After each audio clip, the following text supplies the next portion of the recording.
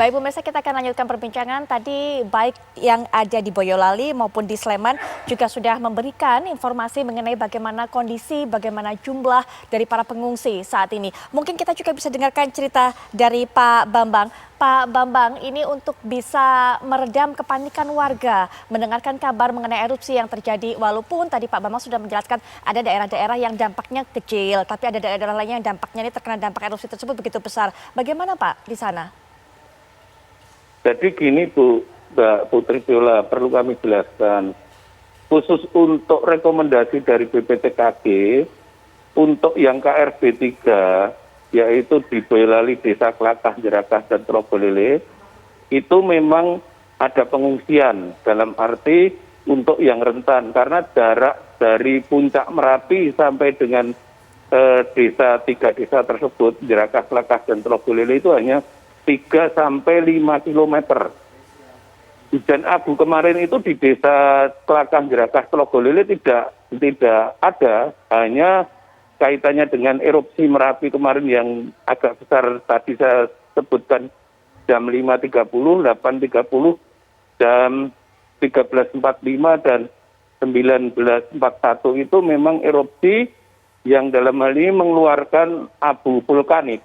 Dan abu vulkanik itu karena arah anginnya itu ke timur, kebetulan ke timur, sehingga dampaknya adalah di KRB 2, yaitu yang saya sebutkan tadi di Kecamatan Muso, 2 desa, Kecamatan Taman Sari 2 desa, dan Cepogo 2 desa. Itu dampaknya yang terbesar adalah abu vulkanik. Dan itu untuk Pemda Boyolali sudah memberikan upaya seperti perintah Pak Bupati. Yang utama dan pertama adalah bantuan masker, itu sudah kita drop sebanyak hampir 20.000 masker untuk ke 6 desa tersebut. Lalu yang kedua, ada 2 desa Jombong dan Wonosoyo yang agak tebal tadi pagi, itu kita semprot jalan utama desa dengan menggunakan 5 tangki. Dan alhamdulillah itu sudah bersih dan tidak membahayakan warga masyarakat yang menggunakan jalan tersebut, terutama yang menggunakan sepeda motor. Dan yang ketiga, khusus untuk para petani peternak, insya Allah ini akan sudah kita upayakan dari Pemda Boyolali bekerja sama dengan Kementerian Pertanian. Insya Allah Jumat Sabtu besok akan ada bantuan makanan ternak. Walaupun sebetulnya dengan hujan kemarin itu sudah bisa dimakankan atau diberikan kepada ternaknya. Tetapi ini merupakan tanggung jawab dari pemerintah. Demikian Bu. Itu salah satu krisis yang kami dengar juga Pak, bahwa memang susah untuk bisa mendapatkan pakan bagi ternak. Tapi sebelum bantuan datang di hari-hari ini Pak, bagaimana Pak untuk menyiasati hal itu? Untuk mensiasati hal itu Bu, itu maka dari itu untuk yang beberapa desa itu kita semprot dengan baik jalannya maupun yang untuk kalau di desa itu namanya Tuket Kolonjono atau istilahnya adalah Kolonjono, itu kita semprot dengan air yang kita gunakan tadi pagi. Jadi seharian penuh itu baik untuk jalan maupun yang untuk pakan ternak diupayakan untuk diberikan penyemprotan dari tangki air. Demikian Bu. Baik, Pak Joko juga mungkin bisa memberikan informasi kepada kami Pak. Ini ada beberapa hal yang menjadi sorotan dari disampaikan oleh Pak Trubus, termasuk bagaimana persiapan jika kemudian titik bencana ini meluas Pak. Apakah memang sudah dipersiapkan untuk titik-titik pengungsian lain Pak? Ya, jadi untuk Kabupaten Sleman ini kita sudah kami persiapkan. Untuk Barak sudah kami persiapkan yaitu WiFi. Kita pasangi WiFi yang kuat, sehingga nanti semua warga masyarakat, relawan maupun pengungsi yang menggunakan smartphone itu bisa lancar. Ini bisa kami pasangi WiFi. Kemudian kami sudah menyiapkan 12 barak. Yang 1 barak bisa kalau normal kapasitasnya 350, karena ini suasana COVID kita buat sekat hanya muat 150.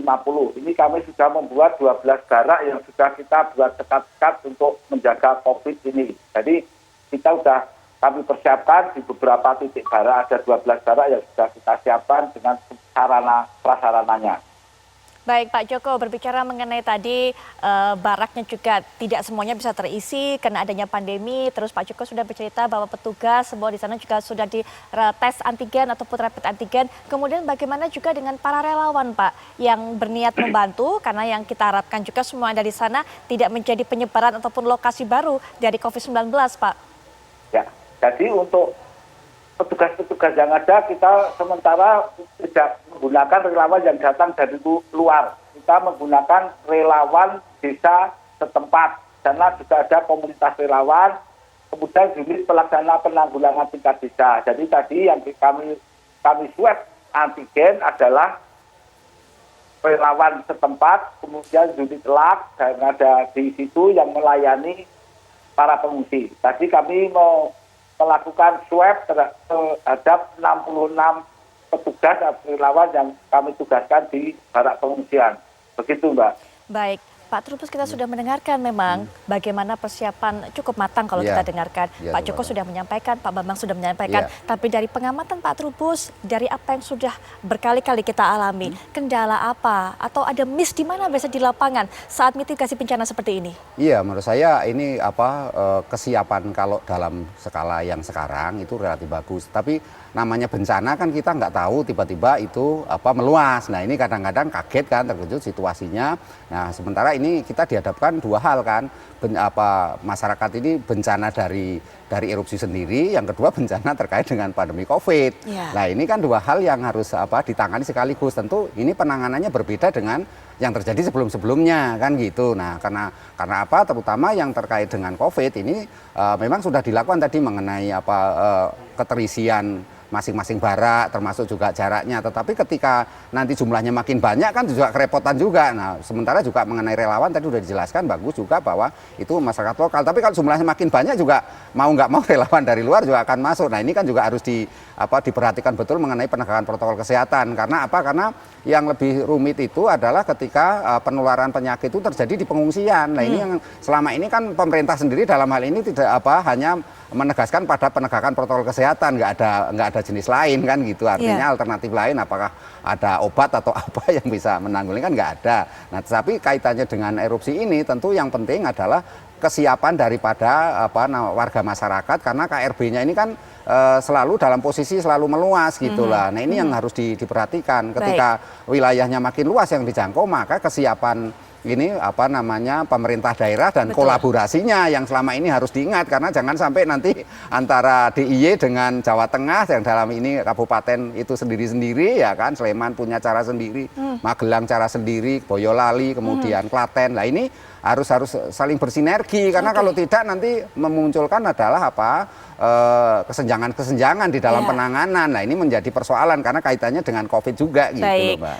Nanti kita akan lanjutkan lagi setelah jeda Pak Trubus. Tapi kami ucapkan terima kasih kepada Bapak Joko, Pak Bambang sudah berkenan untuk bisa bergabung dalam diskusi ini Pak, dan juga sudah memberikan informasi terbaru. Kita harapkan kondisi para pengungsi di sana juga baik-baik saja dan juga yang pasti terhindar dari COVID-19. Sekali lagi terima kasih Pak untuk waktunya. Pemirsa, nanti kami akan juga bawa Anda untuk mendapatkan informasi terbaru dari BPPTKG, tapi setelah jeda berikut ini kami akan segera kembali.